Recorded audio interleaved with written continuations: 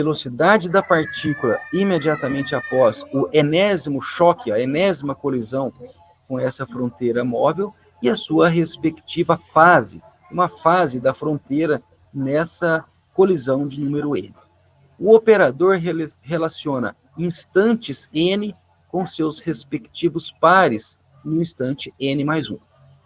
Se você pega um par Vn, φn e opera com esse operador, você encontra os novos instantes Vn mais 1 e φn mais 1. Se você opera novamente, você encontra Vn mais 2, φn mais 2, e assim sucessivamente. Essa sequência cronológica de estados recebe o nome de órbita, e o conjunto de todas as órbitas recebe o nome de espaço de configurações ou espaço de fases. E eu quero, então, que vocês percebam o seguinte, eu estou utilizando variáveis adimensionais aqui nesse operador. 2 sobre Vn fornece o tempo de viagem da partícula quando ela sai da posição epsilon igual a 0, viaja até a posição da direita, colide elasticamente com essa fronteira e retorna para uma próxima colisão. φn é a fase da fronteira no último impacto. E Zn fornece um termo estocástico, um número aleatório, entre 0 e 2π, que te dá a estocasticidade dessa dinâmica aqui para essa fronteira. Vn é a velocidade da partícula no instante n, menos 2ε seno de φn mais 1, corresponde à parcela de energia ou à parcela de velocidade que essa partícula vai ganhar ou perder quando ela colide com essa fronteira que é móvel. E aí a soma das duas te dá Vn mais 1, que é a velocidade da fronteira no instante n mais 1. Se você olha para o comportamento da velocidade média dessa partícula, a velocidade média tem esse tipo de comportamento aqui em função de uma lei de potência num gráfico log-log que cresce com um slope, uma inclinação 0,4977. E isso é muito, muito perto de meio. Meio, vou mostrar para vocês aqui, que existe uma forma analítica de você chegar a esse crescimento 0,5, considerando esse problema da caminhada aleatória. Então, quero que vocês observem o seguinte.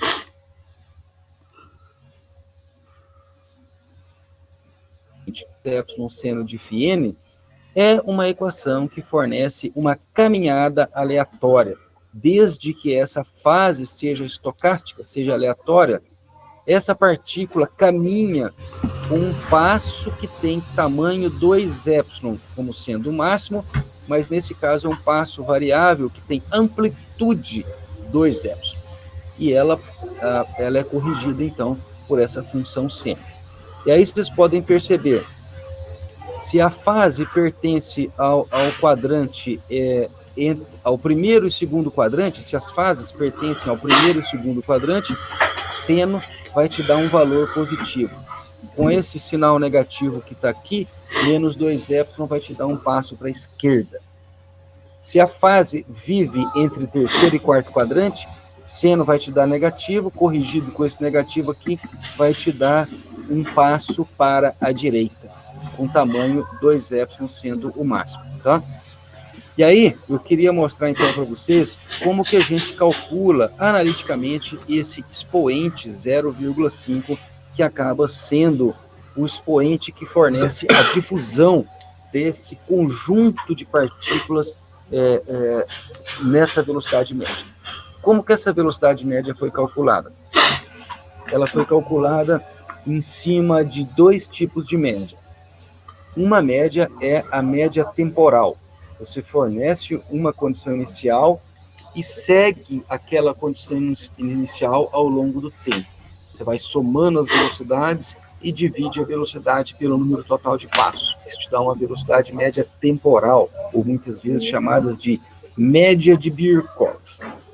Se você fornece um conjunto de condições iniciais diferentes e evolui o comportamento da velocidade média ao longo daquelas condições iniciais diferentes, isso te dá uma média na coleção de condições iniciais, muitas vezes chamadas de média no ensemble de condições iniciais.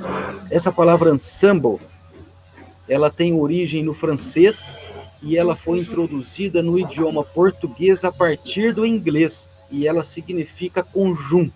Então, você tem um conjunto de condições iniciais que evoluem, te dando uma média no espaço amostral. Então, eu quero mostrar aqui para vocês como que a gente trabalha com aquele expoente crítico 0,5, que te dá a difusão dessas partículas, a difusão da velocidade média. Observem bem aqui essa segunda equação do operador mapeamento discreto. Se vocês observarem bem, o valor médio dessa variável Vn mais 1 não é um valor conveniente, porque se você observar, o seno tem um valor médio igual a zero. Então, ao invés de olhar para o valor médio, nós vamos olhar para o valor quadrático médio e depois você tira a raiz quadrada. Tem uma interpretação análoga a V root mean square, raiz quadrada média. Então, o que eu estou fazendo aqui com vocês? Ó, eu pego essa segunda equação do operador, elevo ambos os lados ao quadrado. Então, quando eu elevo ambos os lados ao quadrado, eu tenho lado esquerdo Vn mais 1 quadrado. Quando eu desenvolvo esse quadrado do lado direito, tem o quadrado do primeiro termo, o quadrado do segundo termo e 2 vezes o termo cruzado. E aí, o que eu vou fazer é uma média nessa coleção de fases. Então, eu vou fazer uma média no ensemble de condições iniciais. Por se tratar de uma igualdade, se eu faço uma média do lado esquerdo, eu necessariamente tenho que fazer uma média do lado direito dessa equação. E aí entra uma hipótese de que, pelo fato dessa fase ser aleatória, essa fase é estatisticamente independente dessa velocidade Vn. Se eles são observáveis independentes, você pode fazer a média de forma separada, de forma independente. Então, a média dessa função seno é 1 sobre 2π integral de 0 a 2π, que dá 0, e a média quadrática dá o seno quadrado médio, 1 sobre 2π integral de 0 a 2π seno quadrado, que o resultado aqui é meio. Então, você percebe que esse termo que depende do seno se cancela, e esse termo do seno quadrado te dá um fator meio que corta com aquele 4. O resultado aqui, ó, é Vn mais 1 ao quadrado igual a Vn ao quadrado mais 2y ao quadrado.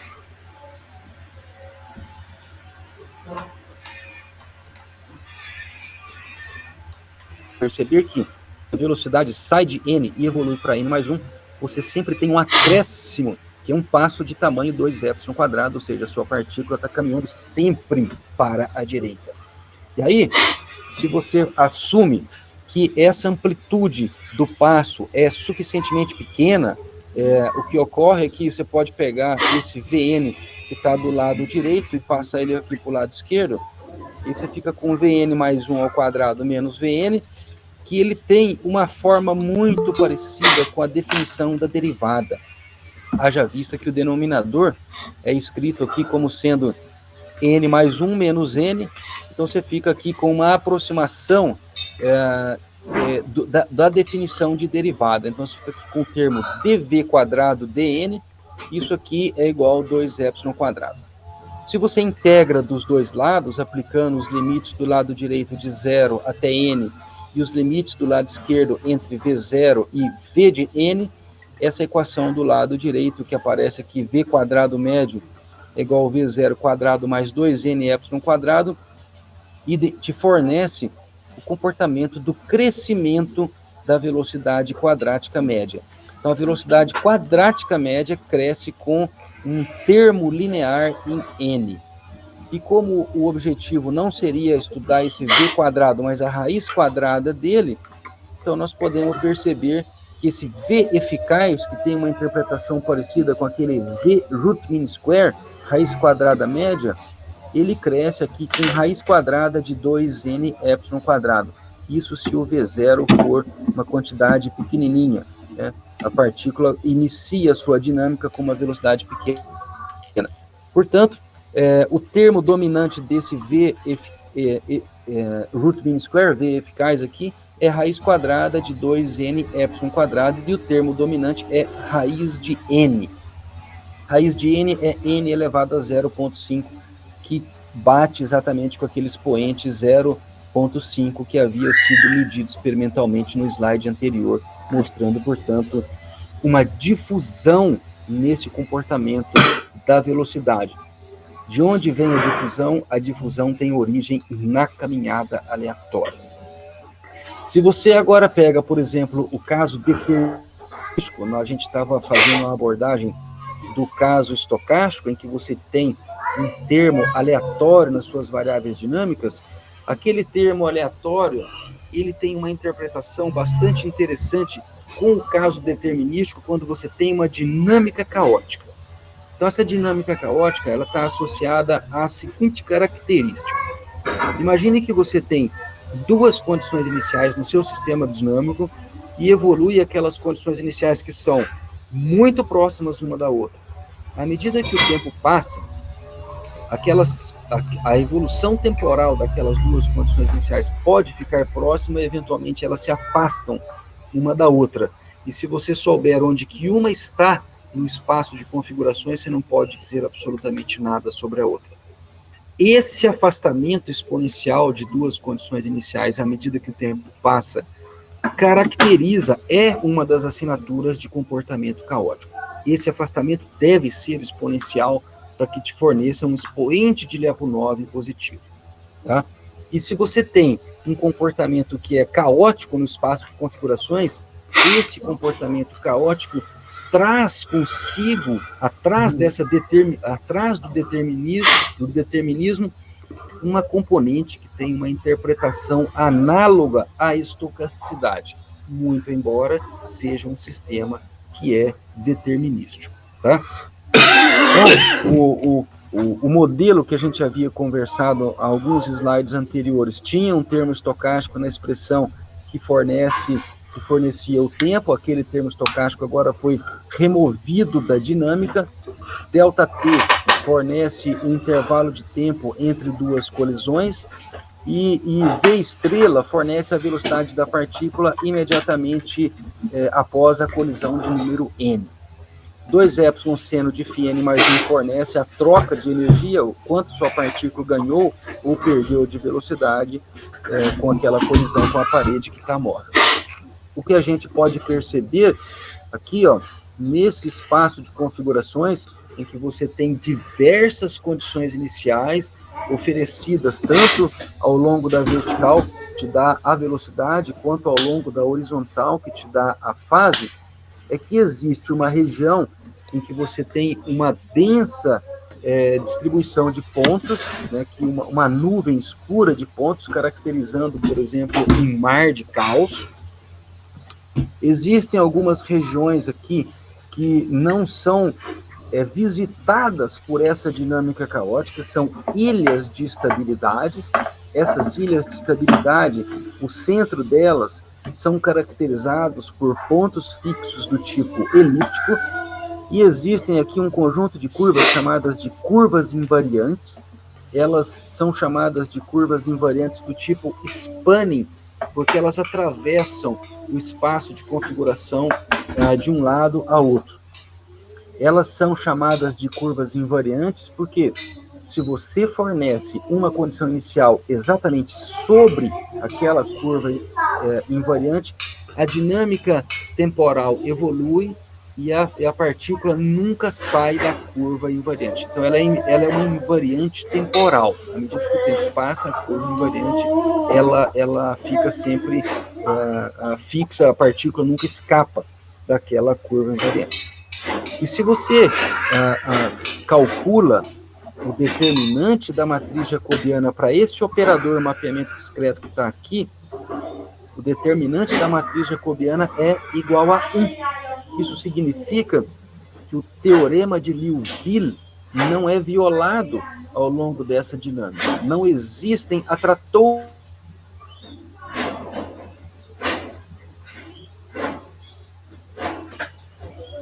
nesse espaço de configuração.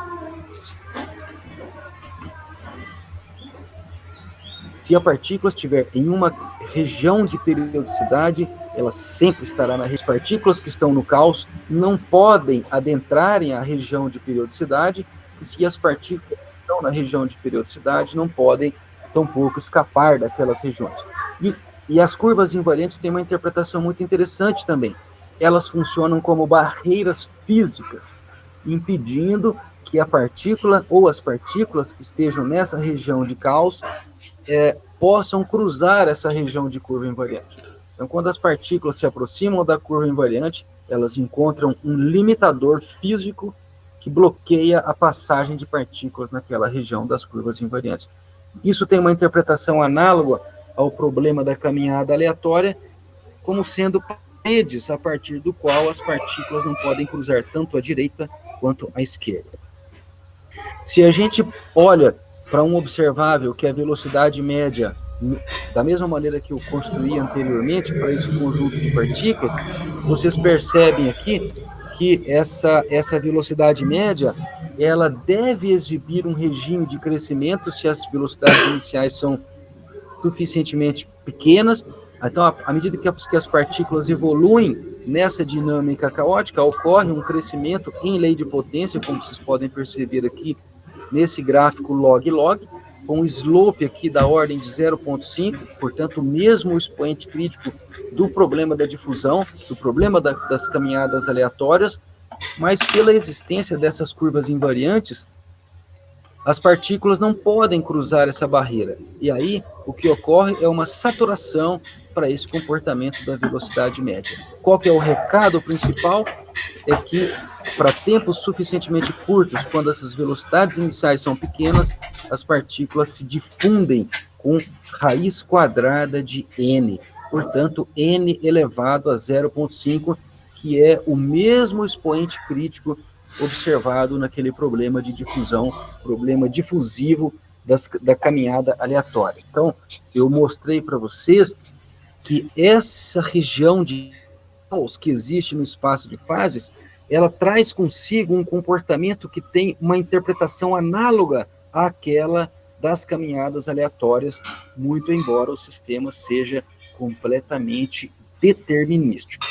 A perda de previsibilidade ocorre pelo fato de você ter uma dinâmica não linear, que é a assinatura do comportamento caótico. Quero mostrar, então, aqui para vocês que existe um comportamento bastante peculiar que acontece nessa região aqui, ó, onde que você tem o movimento dessa parede imóvel, quando essa função g de t ela é uma função periódica do tipo cosseno ou uma função do tipo seno. Se ela é uma função do tipo cosseno, você consegue perceber que a velocidade da fronteira, que é a derivada da posição da fronteira, a velocidade não é constante. Tá? A velocidade muda pelo fato de z de t ser um cosseno. Se você faz a derivada segunda para te dar a aceleração, você percebe que a aceleração da fronteira é diferente de zero. Então, esse sistema, por definição, é um sistema não inercial. É um sistema em que a velocidade não é constante. Existem acelerações naquele sistema. Isso implica que, se uma partícula com baixa energia adentra essa região que é chamada de zona de colisão, ou zona de colisões, quando a partícula colide com a borda, com essa parede, a parede pode se afastar da partícula com uma velocidade que é maior do que a partícula após a colisão, exatamente pelo fato de ser um referencial não inercial. Então, antes da partícula sair da zona de colisão, existe a possibilidade de que a partícula receba um segundo impacto, uma segunda colisão. E essas colisões são chamadas de colisões sucessivas. E essas colisões sucessivas são raras de acontecer, mas elas são observadas. A probabilidade de que você observe, após a partícula ter entrado nessa zona de colisão, receber N total impactos, sendo N1 para a direita e N2 para a esquerda, é um processo análogo ao que a gente havia discutido agora há pouco na construção dessa expressão que te dá essa distribuição binomial. N fatorial dividido por N1 fatorial, N menos 1 fatorial, te dá o número de possibilidades distintas que você pode ter quando a partícula sofre N colisões dentro dessa zona de colisão. Ela te dá, então, o número de estados degenerados que você tem dentro da zona de colisão quando a partícula recebe N total impactos. Se você lembra desse gráfico que eu mostrei, quando P igual a 0,5, você tem uma distribuição centrada. Quando P é 0,2, você tem uma distribuição, um pico afastado dessa simetria gaussiana. Quando N é 0,3, a quebra de simetria continua a ocorrer e 0,7 te dá um shift à direita. Você consegue perceber que o número de colisões sucessivas aqui, ó, por exemplo, eu construo aqui um histograma dividido pelo parâmetro de controle, que seria a amplitude. O histograma fornece o número de colisões sucessivas que a partícula teve ao entrar na zona de colisão. E eu quero que vocês observem bem a amplitude dessa oscilação. Então, ela começa aqui com 10 a menos 2, que é o bolinha, 10 a menos 3 é o quadradinho, 10 a menos 4 é o losango verde, 10 a menos 5 é o up triangle, e o 10 a menos 6 é o left triangle, triângulo aqui para a esquerda. Quando você divide esse histograma por epsilon e a velocidade asterisco, que é a velocidade da entrada por epsilon, você percebe que essas curvas se tornam curvas universais, ou seja, a dinâmica, embora seja complexa, ela passa a ser invariante de escala com o tamanho da amplitude de oscilação. E vocês conseguem perceber também que ocorre um shift à direita, ou seja, essa distribuição não é simétrica, existe uma região preferencial. Se você olha aqui para esse histograma, mas agora medindo as fases de colisão, tem um pico aqui que parece ocorrer aqui em 3/4 de π, que é um valor mais provável de ser observado aqui nessas colisões sucessivas, embora aqui tem uma distribuição com a cauda à esquerda e com uma cauda à direita. Então, esse é um outro exemplo do problema da caminhada aleatória, em que você tem aí essas probabilidades.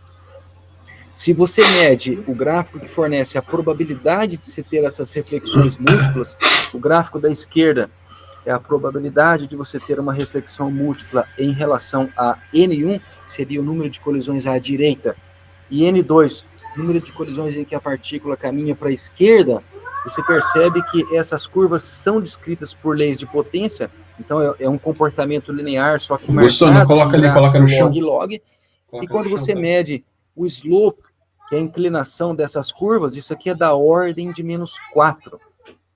Significa que a probabilidade de observar um choque sucessivo, ela decai com uma potência 1 sobre n elevado a 4, quando ela sofre a colisão 2, a colisão 3 e assim por diante. Então, essas colisões sucessivas são raras e a probabilidade de observar seguidas colisões decai com n elevado a -4, que é esse expoente crítico que está mostrado aqui para vocês com o nome gama, observado tanto para N1 quanto para N2. Esses resultados que eu estou mostrando aqui para vocês nesses dois slides foram publicados agora no ano de 2025 no periódico Physics Letters A, que é um periódico aí da revista da editora Elsevier, né, com a sede na Holanda. Se você olha agora para o sistema em que existe estocasticidade na dinâmica, que eu mostrei para vocês, que se difunde ilimitadamente no eixo das verticais, mas quando você coloca um termo que carrega uma dissipação, a dissipação te dá uma perda fracional de energia quando aquela partícula colide com aquela fronteira que é móvel. Essa perda fracional de energia, ela acaba por violar o teorema de Liouville. Se você busca pelo determinante da matriz jacobiana, você consegue provar que o determinante da matriz jacobiana acaba sendo menor do que 1. Se ele é menor do que 1, existem, então, atratores no espaço de configurações, atratores no espaço de fases. O que são esses atratores? Eles são caracterizados por um ponto ou um conjunto de pontos no espaço de configurações que atraem condições iniciais vizinhas a ele. E uma vez que aquelas condições iniciais se assentam sobre o atrator, elas nunca mais saem dali. Então, o atrator é um conjunto compacto de pontos no espaço de configuração e que acaba sendo um observável invariante. Tá? Ele, por si, você não consegue encontrar um subconjunto daquele atrator caótico que exibe as mesmas características do atrator que seja menor do que o atrator original. Então, se a gente olha agora para o comportamento da velocidade média em função do número de colisões, a gente consegue perceber a diferença entre essas curvas da figura A para a figura B é que o eixo das horizontais foi transformado, foi reescalado para n epsilon quadrado. Epsilon é a amplitude de oscilação e alfa fornece a intensidade do choque inelástico, da colisão inelástica, que fornece a perda fracional de energia. Então, você vê que é uma perda fracional pequena, 0,99, 0,999, ou seja, a cada impacto você tem uma perda de 1 por 1000 da velocidade das partículas. O que muda, então, nessas 4 curvas que estão apresentadas nessa figura são os parâmetros de controle e as respectivas dissipações, tá?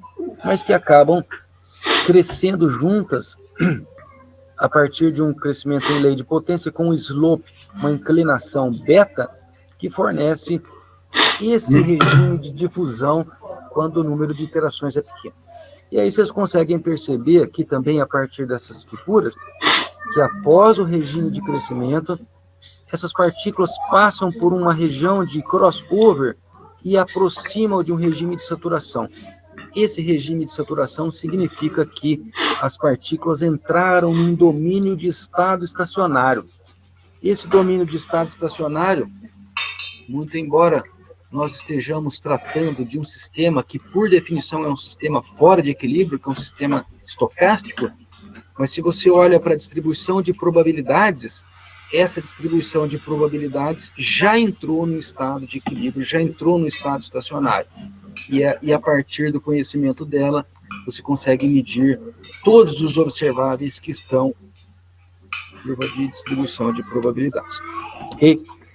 E o que ocorre aqui, então, é que essas curvas crescem com expoente meio para tempos curtos.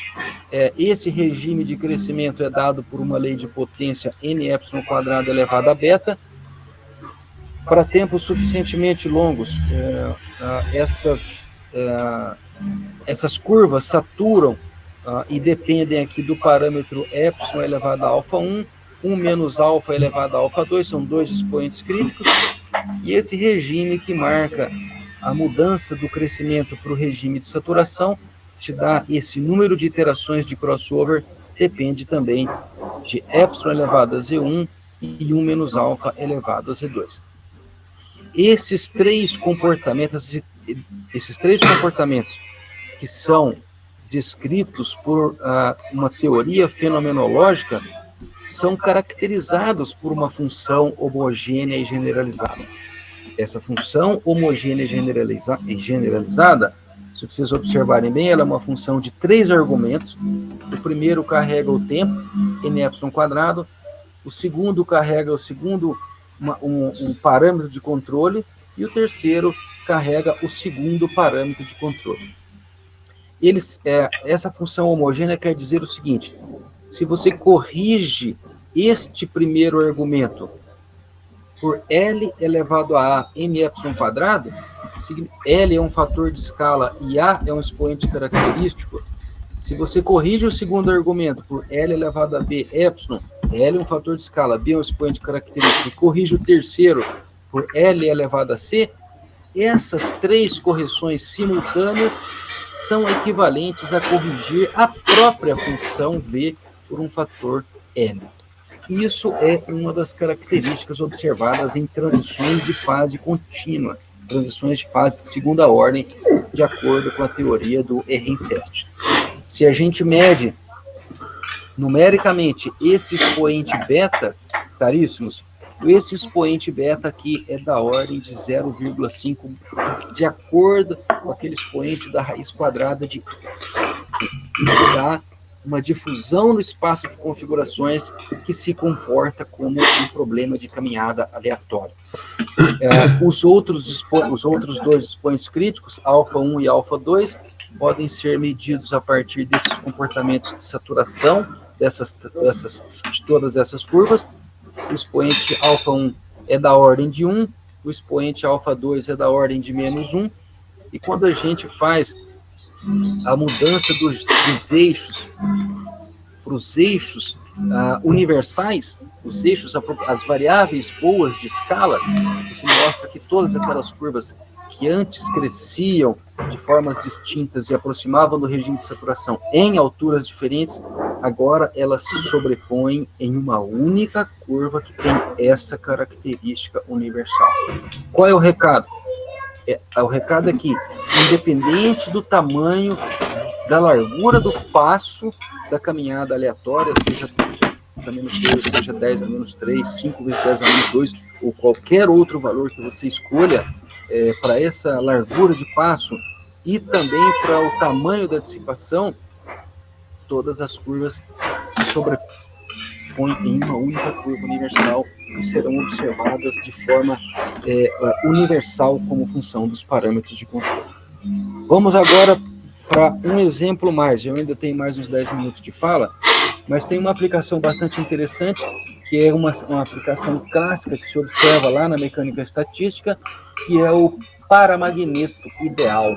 Então, o paramagneto ideal, ele é uma partícula que tem um determinado momento magnético, e aquele momento magnético da partícula faz com que a partícula se alinhe favorável ou contrariamente a um campo magnético externo.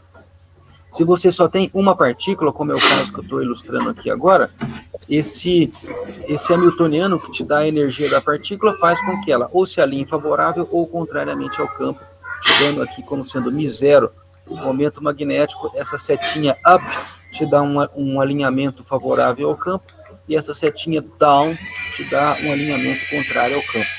Se vocês perceberem bem, trata-se novamente de um sistema binário em que a partícula tem probabilidade P de orientar-se favoravelmente ao campo e probabilidade Q de orientar-se contrariamente ao campo. Um problema muito parecido com aquele que a gente havia discutido agora há pouquinho, da caminhada aleatória. Se a gente evolui para duas partículas, o hamiltoniano é obtido a partir do princípio de superposição linear. Então, esse primeiro termo, menos μ1 escalar b, te dá a contribuição energética do sistema devido à partícula 1, menos μ2 escalar b te dá a contribuição energética do sistema devido à partícula 2, e agora você já tem aqui 4 possíveis estados. 2 deles são degenerados. Tá? Você pode ter a partícula... Se as duas partículas estão orientadas favoravelmente ao campo, a energia é menos 2 μ0 vezes b, que zero o momento magnético da partícula b, o campo externo. Só existe uma possível configuração. Se as duas partículas estão orientadas contrariamente ao campo, vocês podem perceber que esse tipo de orientação ela é desfavorável do ponto de vista energético, porque ela te dá 2 μ0b. Portanto, essa configuração maximiza a energia. E se a partícula 1 está orientada favoravelmente ao campo e a partícula 2 contrariamente ao campo, você pode ter partícula 1 orientada contrária e partícula 2 favorável.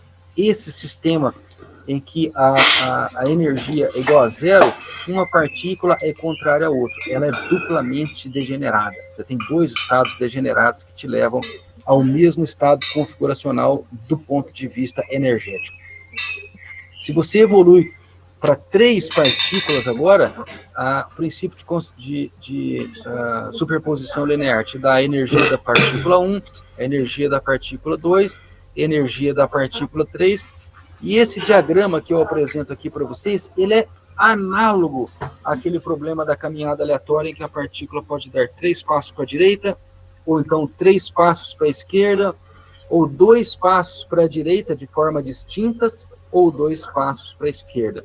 Então você percebe que o paramagneto ideal, ele tem o número de estados degenerados, que te dá o número de estados microscópicos acessíveis ao sistema, é exatamente aquele que a gente construiu para o problema da caminhada aleatória. N fatorial dividido por N1 fatorial, N2 fatorial. Então, essa é uma outra aplicação que você tem aqui na física, te dando aí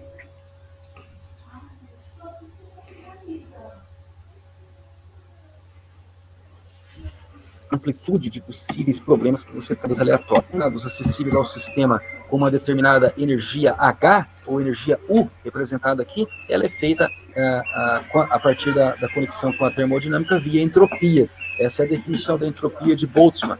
KLN de ômega. K é a constante de Boltzmann, Ln de ômega te dá o logaritmo natural do número de microestados acessíveis ao sistema. Então, você tem uma entropia por partícula que depende aqui de Ln de 1 menos U sobre μ0b, mais aqui um Ln de 1 mais U sobre μ0 vezes B.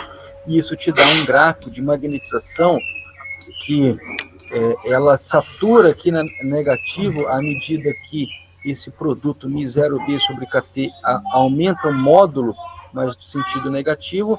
Aqui perto da origem você tem um comportamento do tipo linear, e para valores desse parâmetro suficientemente grandes, você tem uma saturação dessa magnetização.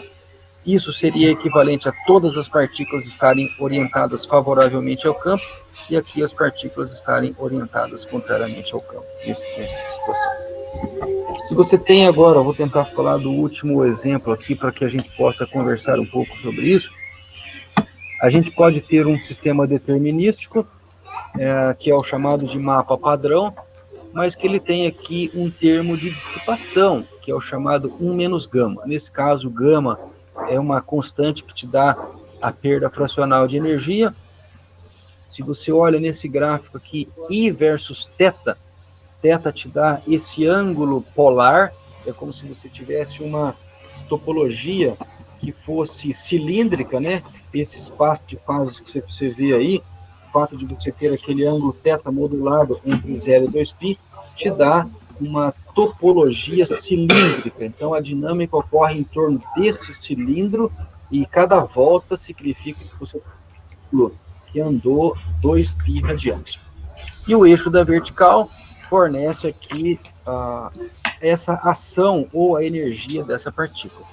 Vocês conseguem perceber que existe uma densidade de pontos maior perto da origem. Aquela densidade de pontos vai esmaecendo à medida que ela se afasta da origem. E se você olha para o gráfico da direita, que é a figura B, ela fornece a densidade de probabilidade de se observar uma partícula com uma determinada ação. Essa densidade de probabilidade já está no regime de estado estacionário. Então, você consegue fazer as medidas de todos os observáveis que dependem dessa probabilidade, dessa densidade de probabilidade. Em particular,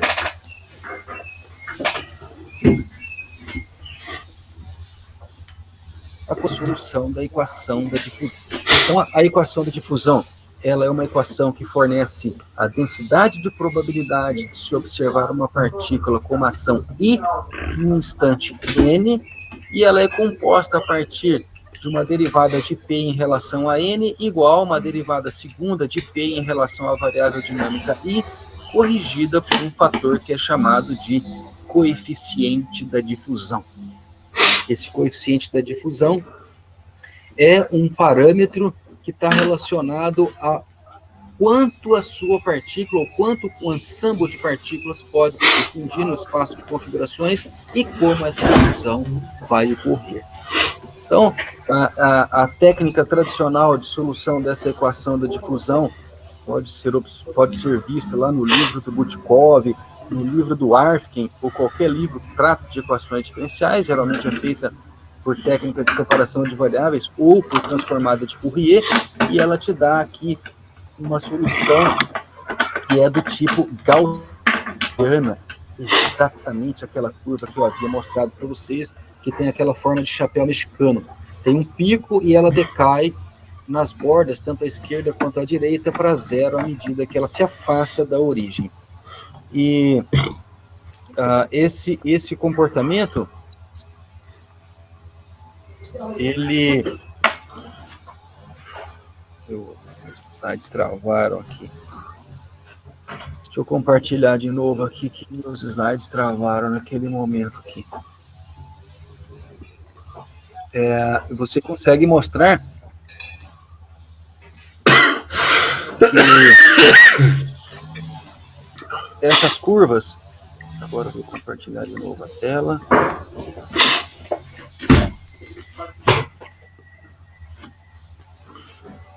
Bom, eu imagino agora que vocês estão vendo a minha tela novamente.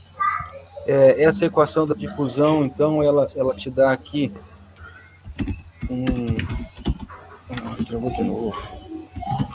O que está acontecendo aqui? Bom, eu vou então só compartilhar essa tela aqui, ó, que ela permite aqui que a gente faça as devidas conclusões, tá? Então, agora vocês estão conseguindo ver aí o gráfico que eu queria comentar, tá?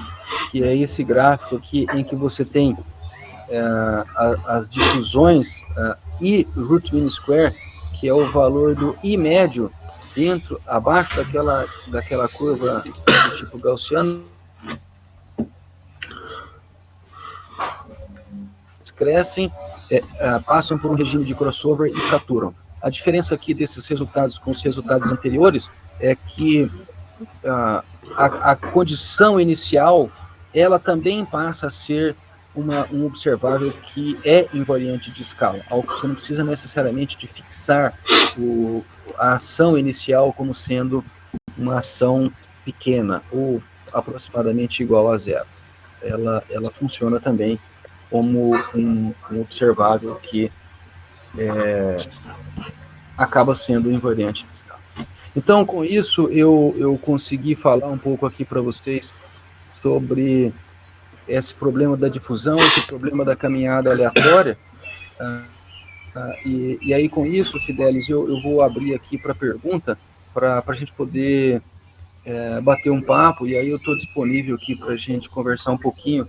Eu quero cumprimentar o professor Paulo Reck, eu vi que o Paulo Reck conectou aí agora. Paulo, satisfação muito grande aqui estar falando para os seus alunos e vi que você está presente. Muito obrigado, viu? Então, Fidelis, eu abro aqui para pergunta, para a gente bater um papo aqui, tá bom? Perfeito, professor. Se alguém tiver alguma pergunta ali pelo chat, pode puxar.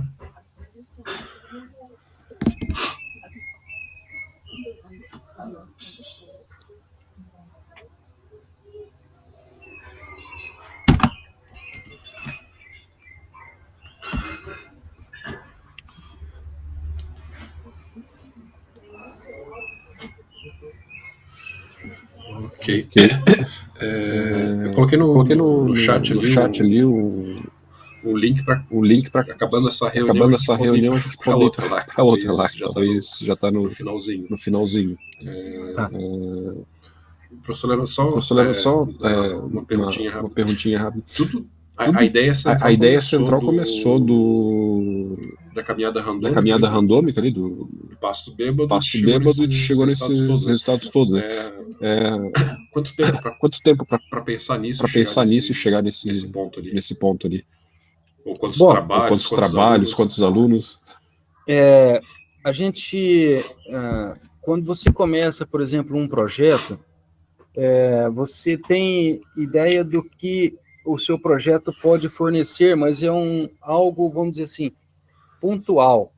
Mas à medida que você vai trabalhando com os problemas, você vai trabalhando com os sistemas de forma mais ampla, você consegue perceber que aquelas ferramentas que você desenvolve para a física elementar, a física simples, elas acabam se aplicando para problemas mais complexos. E se você perceber bem, aquele problema da caminhada aleatória é um problema que acaba se resumindo para uma dinâmica binária.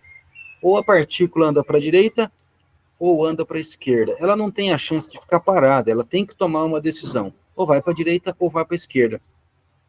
E esse processo da difusão, ele é observado em vários problemas físicos. E quando você vai aprofundando nos problemas, você consegue perceber ou consegue trazer resultados que você já sabe, que você conhece, ou ferramentais que você conhece para a solução desse problema. Então, especificamente, quanto tempo foi para a solução desses problemas envolvendo caminhada aleatória? Eu acho que desde o início da vida do físico, porque quando você trabalha, você faz a disciplina, por exemplo, de física e estatística, esse problema da caminhada lhe é apresentado, sim, provavelmente na primeira ou na segunda aula de física e estatística. E aí você vê que aquele problema que era supostamente elementar, simples, em que você fala, onde que eu vou encontrar a aplicação disso? As aplicações, elas são as mais diversas possíveis. Então, fiquem atentos ao que lhe é apresentado, porque as aplicações você desenvolve com o decorrer do tempo. Você encontra onde que você vai usar aquela teoria no futuro. Esse talvez seria um ponto importante. E você vê que uma coisa puxa a outra, porque quando você pega o problema da caminhada aleatória, o problema da caminhada aleatória remete a uma equação da difusão. Equação da difusão é uma equação de segunda ordem na variável espacial e primeira ordem na variável temporal. Tem técnica para a solução dessa equação. E o que muitas vezes as pessoas não percebem é onde você vai aplicar isso. Então, as aplicações são as mais genéricas e amplas possíveis. Mais perguntas?